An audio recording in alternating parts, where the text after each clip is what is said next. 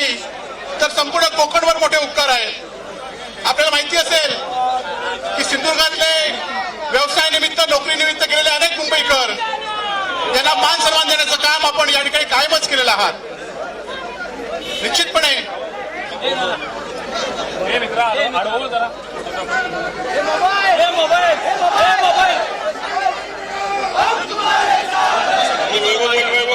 निश्चितपणे आपण कोकणातल्या लोकांना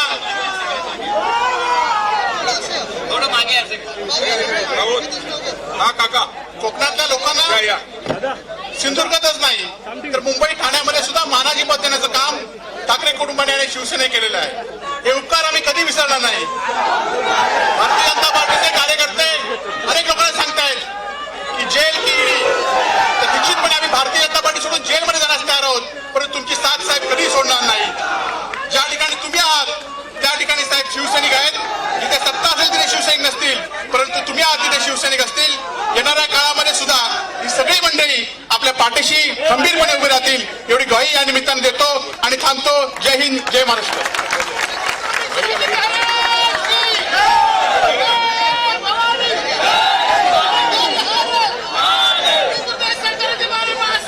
आज सिंधुदुर्ग जिल्ह्याच्या दौऱ्यावर आलेले शिवसेनेचे नेते, युवा सेनेचे अध्यक्ष आदरणीय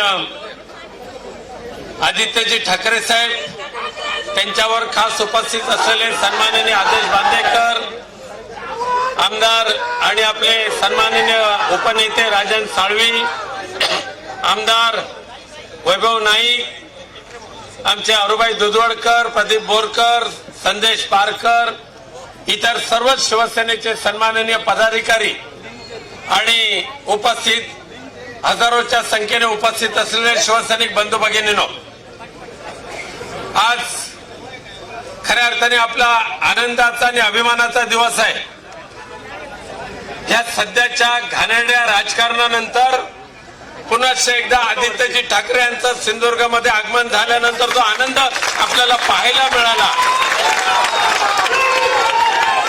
विमानतळापासून ते इथपर्यंत, इथून सावंतवाडीपर्यंत सिंधुदुर्ग जिल्हा केवळ आणि केवळ उद्धवजी ठाकरे साहेबांचाच जिल्हा, आदित्यजी ठाकरे साहेबांचाच जिल्हा.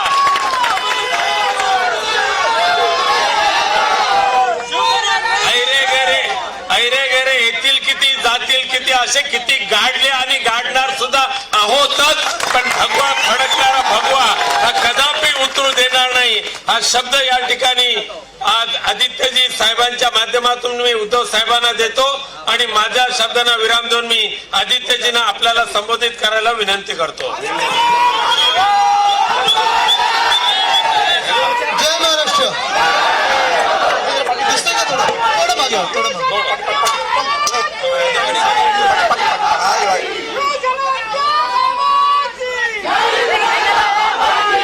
आज सकाळी येत असताना, अर्थात वरतून विमानातून येत असताना कोकणाचा आपला सुंदर किनारपट्टा दिसत होता आणि आठवण त्याच गोष्टीची होत होती की जे जे आपण कोकणासाठी करत होतो, मग शाश्वत विकासाची कामं असतील, पर्यटनाची कामं असतील, पर्यावरणाची असतील, अनेक गोष्टी आपण या कोकणासाठी करत होतो.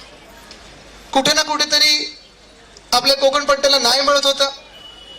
न्याय मिळत असतानाच जो काही कोकणाचा आवाज होता, शिवसेनेचा आवाज म्हणजे कोकणाचा आवाज आणि कोकणाचा आवाज म्हणजे शिवसेनेचा आवाज, हा बुलंद होत होता. म्हणजे मी कधी कधी खासदार साहेबांना चिडवायचो किंवा खासदार साहेब तुम्ही जेव्हा दिल्लीत नसता तेव्हा कोकणात वेगळ्या वेगळ्या वाड्या वस्त्यांमध्ये असता आणि तिथे नसता तेव्हा तुम्ही मुख्यमंत्री कार्यालयात असता आणि कोकणासाठी काहीतरी नवीन करत असता. त्याचसोबत प्रत्येक आपल्या कोकणातला आमदार, मग वैभवजी असतील, राजनजी तुम्ही असाल, जे दोन गद्दार झाले ते देखील, हे ना सगळ्यांना सोबत येऊन फिरायचं. आणि वैभवजी तुम्हाला आठवतं केवढं काय काय आपण ह्या कोकणासाठी करत आलेलो. म्हणजे आता येतानाच गाडीत बसून मला प्रत्येक ठिकाणी जिथे बोट टाकवतील तिथे आपण काहीतरी केलेलं. म्हणजे बोटीचं जर सांगायचं झालं, म्हणजे बोटाचं, या बोटाचं नाही, बोटीचं आरमार बोट, मला वाटतं त्याच्यासाठी त्या उद्घाटनाला मी आणलेलो. पर्यटन वाढवायला आपण आरमार बोट, स्कुबा डायव्हिंग या कोकणात सुरू केली. इथून काही पुढे देवबागला चिपीचे एअरपोर्ट उद्धव साहेबांनी त्याचा पाठपुरावा केला, पाठलाग करून घेतलं काम आणि आपण त्याचं उद्घाटन देखील आपण केलं. हा, श्रेयवादासाठी आणि श्रेय घेण्यासाठी वादासाठी खूप लोक आलेले इकडून तिकडून आले असतील, पण जे काम केलेलं आहे ते आपण केलेलं आहे. तसंच येताना मला एक तुम्ही तलाव दाखवला, तिथे मी मला वाटतं फंड दिलेला. अनेक ठिकाणी अशी वेगळी वेगळी कामं जी आपण केली. आता ह्या नवीन जे काही तात्पुरतं बेकायदेशीर बेईमान गद्दार सरकार आहे त्यांनी स्थगिती दिली आहे. पण हे सगळं नाट्य हे 1-1.5 महिन्याचं आहे. तुम्ही आज लिहून घ्या, हे सरकार कोसळणार म्हणजे कोसळणारच.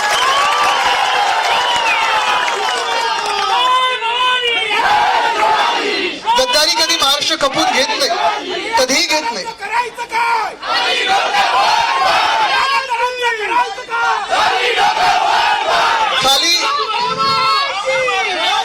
खाली डोकं वर पाय म्हणू नका, त्यांनी पण चांगला फायदा होतो. हल्ली योगामध्ये त्याला शीर्षासन बोलतात. हे ना काय कुठे कळतच नाहीये म्हणून पलीकडे गेलेत. पण एक नक्की आहे की मला आठवतं, मी पण जेव्हा मंत्रिपदाची शपथ घेतली तेव्हा माझे जे पहिले 2 निर्णय होते ते वर्षानुवर्ष, म्हणजे राऊत साहेब मी जेव्हा 4 वर्षाचा असेल तेव्हा तो प्रकल्प सुरू झाला, पहिली परवानगी त्याला मिळाली असेल. माझं भाग्य आहे की मंत्री म्हणून जेव्हा मी कामाला सुरुवात केली तर माझं पहिलं काम हे होतं की आपलं शिरोड्यामधलं हॉटेल आणि दुसरं म्हणजे मला वाटतं अजून एक टिमलोनचं हॉटेल, हे 2 ताज आणि अजून एक, ह्या 2 हॉटेल जे साधारण 25 आणि 26 वर्ष हे प्रकल्प रखडून पडलेले, त्या कोकणाच्या आपल्याला पर्यटनाला चालना देण्यासाठी या हॉटेलना मी चालना दिली. पहिलं मंत्रिमंडळाच्या बैठकीत आणलं आणि ते काम कोकणासाठी करून घेतलं. पण आज इथे आल्यानंतर परत एकदा मी विचार करत आहे आणि खरोखर आपलं कोकण एवढं सुंदर आहे, एवढं हिरवगार आहे. अनेकदा मी इथे पावसाळ्यातच यायचो, कारण हा जो पाऊस पडत आहे आपल्यावर, आशीर्वादांचा जो वर्षाव होत आहे, हेच तुमचं प्रेम, हेच तुमचा आनंद घ्यायला मी इथे यायचो. आणि अनेक वेगळे वेगळे जी स्वप्न होती ते स्वप्न पूर्ण करण्यासाठी मग काही भूमिपूजन असतील, काही उद्घाटन असतील. मला वाटतं एक दौरा तर असा होता, मला वाटतं राजन सावळे साहेब आपण आणि विनायकराव साहेब आपण अशा मला काही रत्नागिरीत आणि मग सिंधुदुर्गात पुढे आल्यानंतर गावांमध्ये नेलेलं. कधी रस्ता झाला नव्हता, वीज नव्हती, तिथे आपण ती कामं सुरू केली. पण आज एकंदर आपण वातावरण बघितलं या महाराष्ट्रातलं, तर ह्या कामांकडे कोणाचं लक्षच नाहीये. जे आपलं 2 लोकांचं जम्बो मंत्रिमंडळ आहे त्याच्यात मुख्यमंत्री कोण, उपमुख्यमंत्री कोण कळतच नाहीये. कधी कोणाला प्रधानमंत्री कोण बोलून देतंय काय, म्हणजे काही कळत नाही नक्की काय चाललंय या सरकारमध्ये. पण सरकारचं लक्ष ना महाराष्ट्रावर आहे ना महाराष्ट्राच्या जनतेवर आहे. अनेक ठिकाणी अतिवृष्टी झालेली आहे, पूर आलेला आहे, पण इथे काही कोणाचं लक्ष नाहीये. लक्ष कशावर आहे तर राजकारणावर आहे. आणि मग राजकारणात पण कुठच्या राजकारणावर आहे, घाणेरड्या राजकारणावर आहे. मी कधीही असं घाणेरडं राजकारण माझ्या तरी आयुष्यात बघितलं नाही. मी आज 32 वर्षाचा तरुण मुलगा आहे. अनेक वर्ष मी माझ्या आजोबांसोबत फिरत आलेलो आहे, वडिलांसोबत फिरत आलोय. आपण पण असे फिरत असाल, राजकीय तुम्ही काही सभा समारंभांना गेला असाल, काही कार्यक्रम बघितले असतील, पक्षाचं काम तुम्ही लवकर हाती घेतलं असेल. पण हे सगळं करत असताना कधीही असं घाणेरडं राजकारण मी जसं बघितलं नाही तसं तुम्ही देखील बघितलं नसाल. महाराष्ट्राची ही संस्कृतीच नव्हती, कधीही नव्हती की पक्ष फोडा, गद्दारी करा, एवढ्या मोठ्या संख्येने गद्दारी करा. म्हणजे ज्या माणसाने तुम्हाला घडवलं, तुमची राजकीय ओळख दिली, सगळं काही दिलं, त्याच माणसाच्या पाठीत खंजीर खुपसणं ही कधीही महाराष्ट्राची ओळख नव्हती. ती आज झालेली दुर्दैवाने. मी आज इथे तुम्हाला एवढंच विचारायला आलोय, जास्ती मला लांबलचक भाषण द्यायचं नाही, काही दुसरं विचारायचं नाही. आज इथे जे अनेक महिला मला दिसत आहेत, तरुण मित्र दिसत आहेत, ज्येष्ठ मंडळी दिसत आहे, मी तुम्हाला एवढंच विचारायला आलोय की हे असं घाणेरडं राजकारण तुम्हाला पटणार आहे का? ही महाराष्ट्राची ओळख आहे का? कारण तुम्ही बघा, हे जे काही मी सांगत आहे हे सरकार हे गद्दारांचं सरकार आहे, बेईमानीचं सरकार आहे, बेकायदेशीर तर आहेच. पण हे सरकार जर अशी बनायला लागली, चला इथून 20चे गट फोडा, तिथून 30चा गट फोडा, इथून 5चा गट घ्या, आणि अशी जर सरकार बनायला लागली तर तुम्ही विचार करा देशात आपल्या किती अस्थिरता निर्माण होऊ शकते. राजकीय परिस्थिती आपल्या देशातली कशी होईल ही तुम्ही विचार करा. आणि आज ह्या देशामध्ये बेरोजगारी वाढत आहे, महागाई वाढत आहे, किती गोष्टी बोलायच्या तेवढ्या कमी आहेत. आणि कुठे ना कुठेतरी आपण बघत असाल महाराष्ट्राच्या विरुद्ध जे कारस्थानं चाललेली आहेत ह्याच्याबद्दल कोणाला बोलायला वेळ नाहीये. कारण काय चाललंय आपल्या देशात, काय चाललंय आपल्या राज्यात, पक्ष फोडणं चाललंय. काय चाललंय आपल्या राज्यात, ह्या गोष्टी चालल्यात. म्हणजे तुम्ही बघा, काल परवाकडे जे राज्यपाल म्हणालेले आहेत, काय म्हणाले, म्हणजे जी आपल्या मुंबईमध्ये आणि ठाण्यामध्ये त्यांनी ओळखा, त्यांनी काय म्हणालेले आहेत ते, मुंबई आणि ठाणे हे त्यांनी मुद्दामून नावं घेतली. निवडणूक येत आहे, हिंदूंची जी एकजूट झालेली आहे, तिकडच्या नागरिकांची जी एकजूट झालेली आहे, शिवसेनेच्या मागे जे उभे आहेत खंबीरपणे, सगळे नागरिक म्हणून या राज्याचे उभे आहेत. कुठेही भांडण नाही, कुठच्या भाषा प्रांतामध्ये कुठच्याही धर्मामध्ये भांडण नाही लागलं गेल्या 2.5 वर्षामध्ये. उद्धव साहेब हे प्रत्येकाचे मुख्यमंत्री म्हणून काम करत होते, कार्यरत होते. प्रत्येकाला वाटत होता की हा माझा कुटुंब प्रमुख आहे. कुठेही वाद निर्माण झाला नाही, दंगल झाली नाही, कुठेही काही चुकीचं झालं नाही. पण तेच महाराष्ट्रात चांगलं चाललेलं होतं. म्हणून ही अशी लोक, आपले राज्यपाल महोदयांपासून ही जी काही मंडळी आहे ना, जी आपल्या महाराष्ट्राला खाली पाडू इच्छिते, महाराष्ट्राला फोडू इच्छिते, महाराष्ट्राचे 5 तुकडे करू इच्छिते, ही मंडळी आपल्यामध्ये वाद निर्माण सुरू करायला लागली. म्हणजे काल उद्धव साहेबांचं तुम्ही प्रेस कॉन्फरन्स पण बघितली असेल की जी आपली एकजूट आहे ती तोडायची, मराठी माणसाला वेगळं करायचं, शिवसेनेला फोडून टाकायचं, शिवसेनेला संपवून टाकायचं, ठाकरे परिवार कमी करून टाकायचा. मी त्यांना एकच सांगतो, ठाकरे परिवार तुम्ही संपू शकत नाही, कारण माझा ठाकरे परिवार हा इथे उभा आहे.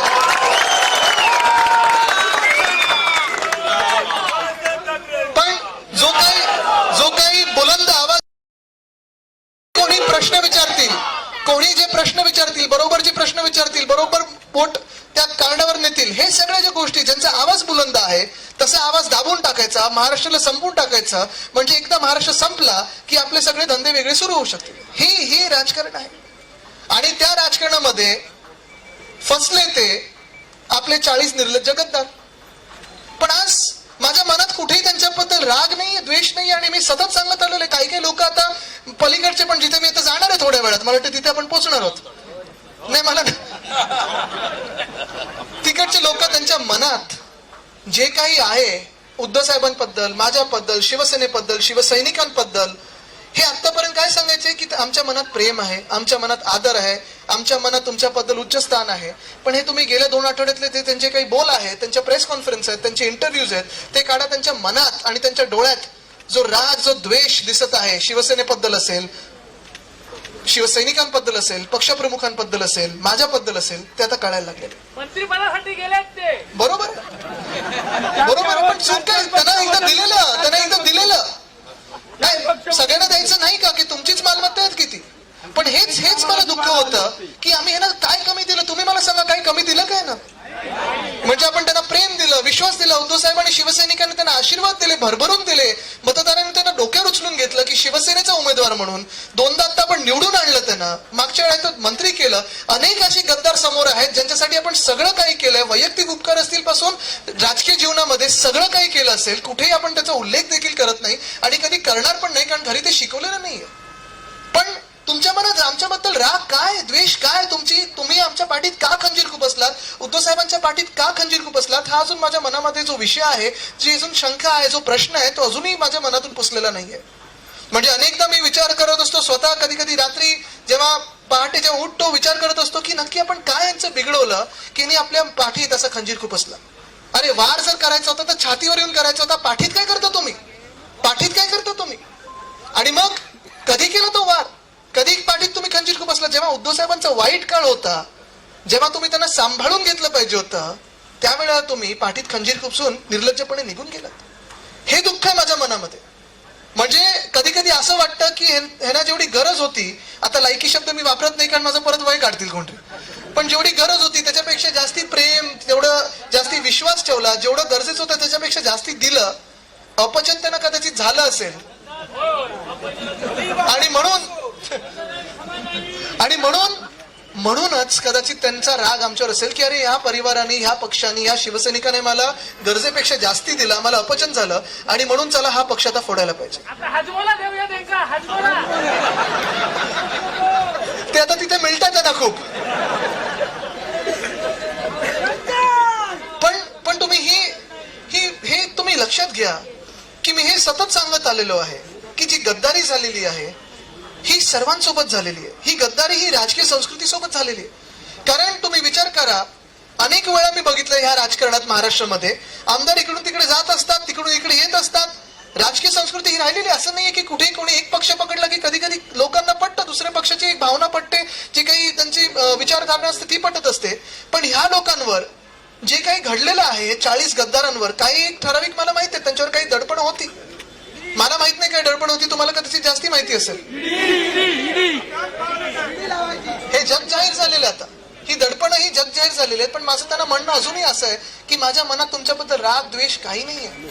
तुम्हाला जायचं ना तिथे, तुमची काही दडपण ती सोडवून घ्यायची ना, आनंदात जा, खुश राहा तिथे, सुखी राहा. आमच्या मनात तुमच्याबद्दल काही नाही, कारण आम्हाला कधीही शिकवलं नाही कोणाबद्दल वाईट चिंतन, कोणाबद्दलही वाईट विचार करणं हे आमच्या घरात कधीही शिकवलं नाही. तुम्हाला राहायचं तिथे आनंदात राहा, सुखी राहा, तुमचं जे काही ते सोडवून घ्या, खुश राहा. पण एवढंच थोडं करा, जर थोडी लाज उरली असेल, हिंमत उरली असेल, तर आमदारकीचा राजीनामा द्या आणि निवडणुकीला सामोरे या.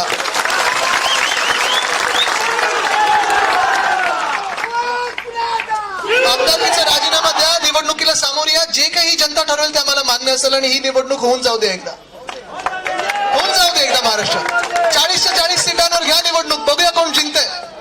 सत्य जिंकतं की सत्ता जिंकते हे बघायला पाहिजे, कारण आपल्या देशात जे वाक्य आहे ते सत्यमेव जयते सत्यमेव जयते नाहीये.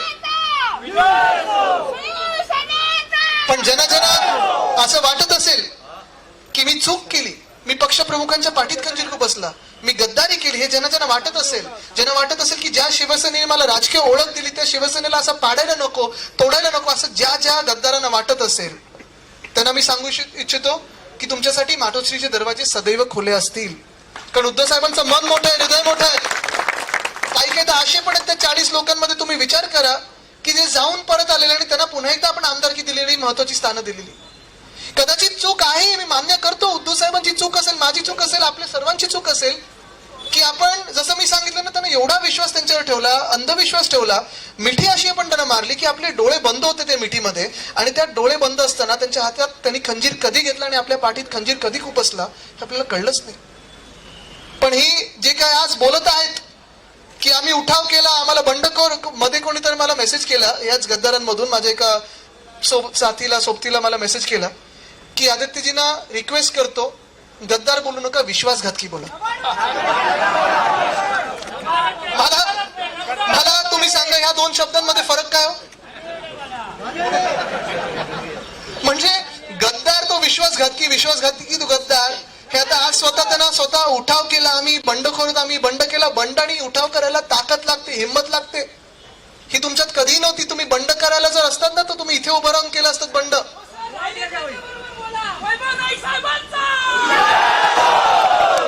त्यांना मी सगळीकडे घेऊन फिरतोय, त्यांची हिंमत आहे ती सगळीकडे दाखवायला. त्यांना मुंबईत पण घेऊन फिरतोय. पण तुम्हाला एक सांगतो, तुम्ही लक्षात घ्या, कारण ही महाराष्ट्राची वृत्ती कधी नव्हती, ही महाराष्ट्राची वृत्ती कधी नव्हती. बंड जर करायचा असता, उठाव करायचा असता, तुम्ही महाराष्ट्रात राहिला असता, तुम्ही उठाव केला असता, हिंमत असती तुमच्यामध्ये सांगायची की हे होतं ते चुकीचं होतंय. ते केलं त्यांनी, ती गद्दारी केली. कुठे गेले गद्दारी करायला? पहिलं सुरत मध्ये सगळ्यांना स्वतःची सुरत दाखवली, काय होते, नाचत होते, काय धिंगाणा घालत होते. तिथून कुठे गेले? गुवाहाटी. पण गुवाहाटीचं तुम्हाला अजून एक वैशिष्ट्य सांगतो, आसामचं तुम्हाला अजून एक वैशिष्ट्य सांगतो.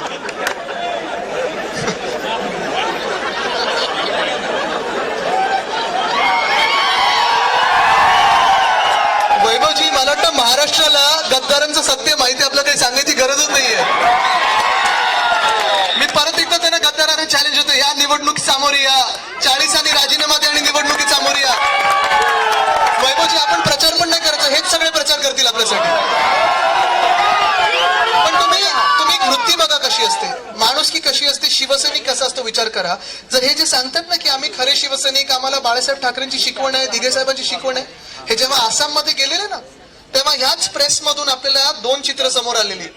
एका बाजूला महापूर आलेला, महाप्रलय आलेला, पूर आलेला, एक लोक बेघर झालेली, लाखो घरं वाहून गेलेली, घालायला वस्त्र नव्हते, खायला अन्न नव्हतं. आणि तिथे दुसऱ्या बाजूला जी काही चित्र ह्याच प्रेसमधून येत होते, ते मस्त टी शर्ट ट्रँक पॅन्ट मध्ये हॉटेलमध्ये ब्रेकफास्ट करतायत, जेवतायत, नाचतायत. हे सगळे 40 गद्दार आपले. मला तुम्ही सांगा, ह्या 40 गद्दारांना ज्यांनी गुवाहाटीमध्ये जिथे बाजूला पूर आलेला तिथे जाऊन धिंगाणा घातला, मजा मस्ती केली नाही, तुम्ही कधी शिवसैनिक बोलाल? त्यांच्या रक्तात शिवसेना असती तर लाज वाटली असते आणि उतरले असते त्या पाण्यात त्यांना मदत करायला. तिथून आले गोव्यामध्ये, बरोबर आहे, हे लोकांमध्ये आहे, सत्य आहे, निर्लज्ज झाले सगळे. पण तिथून कुठे आले? आपल्या शेजारी गोव्यात आले. गोव्यातले तुम्ही व्हिडिओ बघितले का? ते टेबलावर नाचणारे तुमचे राज्यकर्ते होऊ शकतात, ते टेबलावर नाचणारे, हातवारी करणारे तुमचे नेते होऊ शकतात, तुमचे लोकप्रतिनिधी होऊ शकतात. महाराष्ट्राचा कधी चेहरा होऊ शकतो का? नाही होऊ शकत. आणि मग तिथून आल्यानंतर हे जेव्हा विधान भवनात आले, आम्ही शिवसेनेचे 15 शूरवीर आमदार, मग राजनजी होते, वैभवजी होते, मला वाटतं आपले देवेंद्रराव होते, चौधरी साहेब होते, सुनील प्रभू साहेब होते, राहुल पाटील होते, नितीन देशमुख होते, कैलाश पाटील होते, सगळे आम्ही तिथे बसलेलो होतो. विधान भवनात आम्ही गेलो. आमच्या चेहऱ्यावर बघा, कुठेही आमच्या चेहऱ्यावर दुःख नाहीये. आहे तो स्वाभिमान आहे तो अभिमान आहे. हा भगवा झेंडा आमच्या हातात आहे.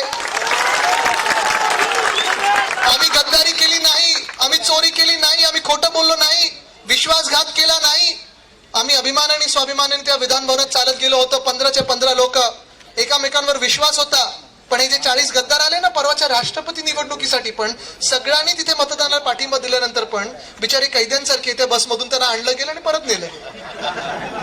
काय म्हणजे तुम्हाला, मला विचारच काही पटत नाही हा, की हे जे 40 लोक होते जे कालपर्यंत आपल्या बाजूला उभे होते, आपण त्यांच्यावर एवढा विश्वास ठेवलेला, तुम्ही सगळ्यांनी त्यांना मान सन्मान दिलेला, आपण त्यांना साहेब साहेब बोलायचो, वाकून नमस्कार करायचो, त्यांना डोक्यावर उचलून घेतलेलं, नाचायला लावलेलं, आपण एवढ्या अभिमानाने त्यांना जिंकवलेलं, सगळं काही दिलं, सत्ता दिली. हे सगळं दिल्यानंतर ही गरजच काय पडली त्यांना की असं जाऊन तिथे वाकीन तसा झुकीन, झुकीन तसा वाकीन, सांगाल तसं लोटांगण घालीन? काय गरज काय पडली? साहेब नमस्कार सेनेसाठी. मला तर लाज वाटायला लागली की कधी काळी त्यांच्यासोबत बसायचं.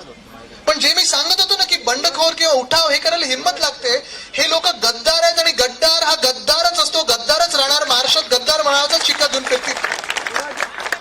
पण अजून एक तुम्ही लक्षात घ्या, ही जी काही गद्दारी झालेली आहे ही फक्त काही शिवसेनेसोबत झाली नाही. ही गद्दारी ही नुसतं महाराष्ट्रासोबत नाही, ही गद्दारी नुसतं उद्धव साहेबांसोबत नाही, ही गद्दारी नुसतं शिवसैनिकांसोबत नाही, ती माणुसकीच्या बरोबर गद्दारी झालेली आहे. तुम्ही विचार करा. म्हणजे मी जे सांगतोय ना आता की ज्या लोकांना एका माणसाने, उद्धव साहेबांनी गेले अनेक वर्ष त्यांची राजकीय ओळख दिली, पद दिली, शिवसेनेत पुढे आणलं, प्रचार केला, तिकीट दिली, दिवस रात्र मेहनत करून जिंकून आणलं. तुम्ही सगळ्यांनी मेहनत केली त्यांच्यासाठी. जिंकल्यानंतर मंत्रीपद दिली, महामंडळ दिली, जे काही मागितलं ते दिलं. अशा लोकांनी या माणसाच्या पाठीत कधी खंजीर खुपसला? उद्धव साहेब आजारी असताना. तुम्ही विचार करा ना. म्हणजे जसं मी सांगत होतो ना की राजकीय संस्कृती जी आपली बिघडलेली आहे ह्या महाराष्ट्रात, लाज मला वाटायला लागलेली की 32 वर्षाचा म्हणून मी इतर तरुणांना काय सांगू की या राजकारण, त्या आमचं राजकारण एवढं घाणेरडं झालंय. म्हणजे मी त्या वेदना, त्यांचं दुःख, त्यांचं दुखणं उद्धव साहेबांचं बघितलेलं, जवळून बघितलेलं आहे, मुलगा म्हणून बघितलेलं आहे, एक आमदार म्हणून बघितलेलं आहे, शिवसैनिक म्हणून बघितलेलं आहे, मंत्री म्हणून बघितलेलं आहे की एका आठवड्यात एक नाही त्यांच्यावर 2 ऑपरेशन झालेले, 2. आणि ते ऑपरेशन इथे काही जणांचे ज्यांचे ऑपरेशन झाले असतील त्यांना माहिती, ऑपरेशन थिएटरमध्ये जाणं हे किती एक वेगळं वातावरण असतं, किती दडपणाचं वातावरण असतं. म्हणजे साधा आपण डेंटिस्टकडे जेव्हा जातो, दाताच्या डॉक्टरकडे जातो, तेव्हा आपण घाबरलेलो असतो की हा इंजेक्शन देणार का आपल्याला, ड्रिल मारणार का आपल्याला. पण मणक्याचे एक नाही तर 2 ऑपरेशन झाले त्या आठवड्यात. दुसऱ्या ऑपरेशन नंतर उद्धव साहेब हलू शकत नव्हते जास्ती. त्यांचं बोट असतील, त्यांचे पाय असतील, त्यांचे हात असतील, जास्ती काही हलू शकत नव्हते. ते बेडमधून न हलत असताना ह्या गद्दारांनी, ह्या 40 गद्दारांनी ज्यांना उद्धव साहेबांनी सगळं काही दिलं, तीच वेळ निवडणी बरोबर की चला आता पक्ष फोडायला सुरुवात करू. म्हणजे ज्या मिनिटाला ज्या ह्या 40 लोकांनी ज्यांना उद्धव साहेबांनी सगळं काही दिलं, म्हणजे कदाचित आम्हाला कमी दिलं असेल, ह्या लोकांना जास्ती दिलं असेल, एवढं प्रेम दिलं, एवढा विश्वास ठेवला, सगळं काही दिलं, त्या माणसाला जेव्हा बरं नसतं तेव्हा तो माणूस हॉस्पिटलमध्ये असतो, तो माणूस हलू शकत नाही. तुम्ही त्या माणसाला जपून घ्यायचं असतं, सांभाळायचं असतं की अशी गद्दारी करायची असते? तुम्ही विचार करा ना. म्हणजे ज्या मिनिटाला उद्धव साहेब हलू शकत नव्हते तरी देखील वैभवजी तुम्ही सांगू शकाल, विनायकराव साहेब तुम्ही सांगू शकाल, राजन साळवी साहेब तुम्ही सांगू शकाल की तेव्हा कोविडचा काळ वाढत होता डिसेंबरमध्ये. आणि कोविडचा काळ वाढत असताना उद्धव साहेब दुसऱ्या की तिसऱ्या दिवशी त्या हॉस्पिटलच्या बेडमधून व्हॉट्सअपवर लोकांशी संपर्क साधत होते. जिल्हा प्रमुखांशी असतील आपले शिवसेनेच्या, किंवा मग शासन प्रशासनमध्ये कमिशनर असतील, कलेक्टर असतील, SP असतील, की कोविडमधून लोकांना कसं वाचवायचं, महाराष्ट्राला कसं वाचवायचं. मंत्रिमंडळाच्या बैठका VC मधून घेत होते. पण हे सगळं सुरू असताना हे गद्दारांचे नेते पक्ष फोडायला सुरुवात करत होते. आमदारांना विचारत होते, माझ्यासोबत येतो का, माझ्यासोबत येतो का, मी मुख्यमंत्री होणार का? हे तुम्हाला पटणार आहे? ही माणुसकी तरी आहे का? तुम्ही मला सांगा. म्हणजे हे जे मी मुलगा म्हणून बघितलेले आहेत उद्धव साहेबांच्या वेदना, ते आज पहिल्यांदा मी बोलत आहे. आधी बोलायची वेळ आली नव्हती, कारण आम्हाला वाटलेलं की ही 40 लोक आम्हाला परिवार म्हणून सांभाळून घेतील, आमच्यावर जेव्हा वाईट काळ चाललेला तेव्हा आमच्या सोबत राहतील. पण ह्याच गद्दारांनी आमच्या पाठीत खंजीर खुपसला, आणि नुसतं आपल्या नाही तर माणुसकीच्या पाठीत खंजीर खुपसला. म्हणजे हे 40 गद्दार यांच्या घरातल्या स्वतःच्या लोकांचे नाही झाले, यांच्या परिवारांचे नाही झाले, यांच्या कुटुंब प्रमुखांचे नाही झाले, हे महाराष्ट्राचे तरी काय होणार? उठसूट लोकांना सांगत चालले की चल तू माझ्या पक्षात ये, तुला मंत्रीपद देतो, महामंडळ देतो. एवढ्या लोकांना त्यांनी असं काही वचनं देऊन ठेवले जणू काही 3-4 राज्यांमध्ये यांची मंत्रिमंडळ होतात आणि अजून 1 महिना होऊन गेला, तिसरा माणूसही निवडू शकले नाही. प्रत्येक वेळी आहे ना दिल्लीला जायला लागते, दिल्ली समोर झुकायला लागतं. आधी कसं ठाण्यातून मुंबईत यायचे, कधी फोन करायचे, काही एवढा विश्वास ठेवलेला की यांना विचारायला पण लागायचं नाही. अनेक आपले असे मंत्री होते किंवा नेते होते ज्यांच्यावर एवढा विश्वास होता की कधी उद्धव साहेबांनी यांच्या कामात हस्तक्षेप नाही केला ना कधी प्रश्न विचारला. पण कदाचित हीच चूक झाली असेल की उद्धव साहेबांनी एवढा विश्वास ठेवला आणि ही मान्य करतो. पण अजून एक सांगतो आणि अभिमानाने सांगतो की शिवसैनिकांवर विश्वास ठेवणं ही चूक असेल आमची, ती पुन्हा पुन्हा चूक करू, पाठीवर अजून वार घेऊ, पण शिवसैनिकांवर प्रेम नाही ठेवायचं आणि विश्वास नाही ठेवायचा तर कोणावर ठेवायचं. पण हे मुळात शिवसैनिकच नव्हते. आणि मग आता गद्दारी झाल्यानंतर वेगळी कारणं सांगतात. कधी कोण काय सांगताय, फंड नाही मिळाला, ते अजितदादांनी सगळं वाचूनच दाखवलं पवार साहेबांनी. मग काय सांगतायत, आणि मीच सगळीकडे जेवढा पर्यटनाचा फंड मी दिलेला आहे तेवढा मला वाटतं गेल्या 2 किंवा 3 टर्म्स मध्ये पर्यटन खात्याला फंड नसेल तेवढा आपण या महाराष्ट्रात सगळीकडे वितरित केला. आता स्टे मिळाला काही ठिकाणी. मंदिरांना आपण फंड दिलेला आहे, अनेक मंदिरांचा आपण वेगळ्या ठिकाणी आपण त्यांना नीट रिपेअर करत होतो, सगळं करत होतो. नवी मुंबईमध्ये तिरुपतीचं मंदिर आणत होतो. मी स्वतः जाऊन युपी मध्ये मागणी केलेली की अयोध्येच्या ठिकाणी महाराष्ट्र भवन आणावं. या सगळ्याला कदाचित स्थगिती मिळाली असेल. म्हणजे हिंदुत्व कधी बोलतात, कधी फंड बोलतात, कधी हा पक्ष सतवतो, कधी तो पक्ष सतवतो. आता मी परवाकडे हेच बोललो की कारण एवढी द्यायला लागली स्वतःच्या गद्दारीसाठी की उद्या बोलतील आदित्य नुसतं ब्लू शर्ट घालून फिरतो म्हणून आम्ही गद्दारी केली. पण हे सगळं खोटारडेपण आहे. हे खोटं बोलत आहेत, स्वतःला वाचवायला गेलेले आहेत. इतर काही दडपण असतील त्याच्यासाठी गेले असतील. पण माझं मत एवढंच आहे की जे काही असेल तुमचं, तुम्हाला लख लाभो, आनंदी राहा, कधीही आम्ही तुमच्याबद्दल काही वाईट विचार करणार नाही. जेवढंच उपकार करा ह्या महाराष्ट्रावर, ही महाराष्ट्राची संस्कृती बिघडवू नका. महाराष्ट्रात एकच संस्कृती आहे की आपण एकनिष्ठ राहतो, एकजूट राहतो, कोणासमोर झुकत नाही. आज तुम्ही झुकलेला, ठीक आहे, झुकलात, तुम्ही सगळं विकलात. पण ही शिवसेना, आणि जी शिवसेना एका ब्रीदवाक्यावर चालते, जे माझ्या पणजोबांनी, माझ्या आजोबांना सांगितलेली, म्हणजे प्रबोधनकार ठाकरेंनी हिंदुराज सम्राट बाळासाहेब ठाकरेंना सांगितलेली, ते मला आणि माझ्या वडिलांना त्यांनी शिकवून दिली की आदित्य, पैसा येतो जातो पुन्हा येतो, पण नाव गेलं ना ते परत येत नाही. ते नाव जपायला शिक.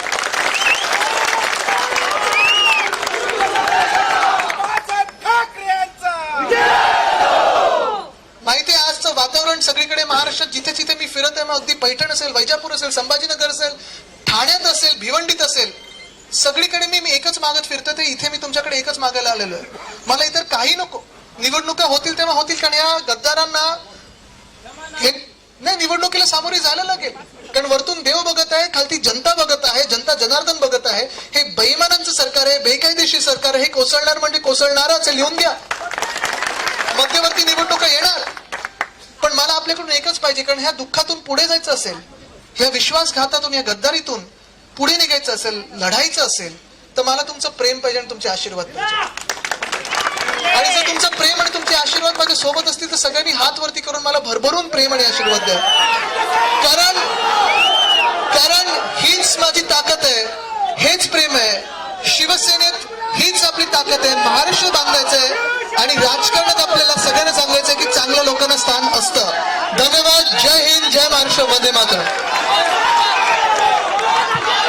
इथे माननीय आदित्यजींचं स्वागत करायला काँग्रेसचे अभय शिरसाट आणि इतर सर्व पदाधिकारी, नगराध्यक्ष कुडाळच्या अभयजी शिरसाट आणि सर्व काँग्रेसचे नेते या जिल्ह्यातले सन्माननीय आमचे युवासेना प्रमुख आदित्यजी ठाकरे साहेबांचं स्वागत या ठिकाणी करतात. मी सर्व शिवसैनिकांना या ठिकाणी मनापासून धन्यवाद देतो की आपण जे उपस्थिती, जे प्रेम आपण उद्धवजींच्या, आदित्यजींच्या नेतृत्वावर आपण या ठिकाणी दाखवलं आणि ज्या हजारोंच्या संख्येनं आपण या ठिकाणी सहभागी झालात आणि पुन्हा एकदा शिवसेनेवर विश्वास या ठिकाणी आपला दाखवलात. हे राष्ट्रवादीचे